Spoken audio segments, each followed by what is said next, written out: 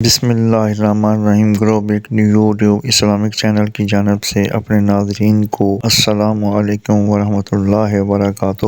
آج ہم پیارے آقا صلی اللہ علیہ وسلم کی چند دعائیں بیان کریں گے جو انسان کو ہر قسم کے غم، مصیبت اور مرض میں مبتلا ہونے سے محفوظ رکھے۔ نبی اکرم صلی اللہ علیہ وآلہ وسلم کا ارشاد کہ کسی بلا یعنی غم، مصیبت، مرض میں مبتلا انسان کو دیکھتے وقت مندرجہ ذیل دعا پڑھنے والا شخص اس بلا سے تا موت مکمل طور پر بإذن اللہ تعالی محفوظ رہے گا۔ دعا یہ ہے: الحمدللہ الذی عافانی مما ابتلاک بہ وفضلنی علی کثیر ممن خلق تفضیلا۔ بخاری شریف کی یہ روایت ہے۔ حدیث شریف میں ہے کہ جو شخص درج ذیل دعا شام کے وقت 3 مرتبہ پڑھ لے وہ صبح تک زہریلی چیزوں مثلاً بچھو، سانپ وغیرہ کے ضرر سے بإذن تعالی محفوظ رہے گا۔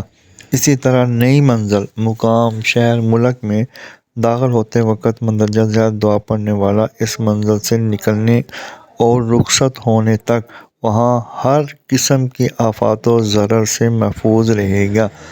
دعا یہ ہے: اعوذ بکلمات اللہ التامۃ من شر ما خلق۔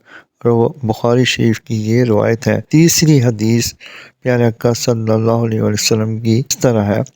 حدیث شریف میں ہے کہ جو شخص گھر سے باہر جاتے وقت درج ذیل دعا پڑھ لے تو اللہ تعالیٰ کی طرف سے اسے کہا جاتا ہے کہ گھر میں واپسی تک تیرے تمام کام پورے ہو گئے اور تو دشمنوں کے ضرر سے محفوظ ہو گیا اور شیطان تجھ سے دور ہو گیا۔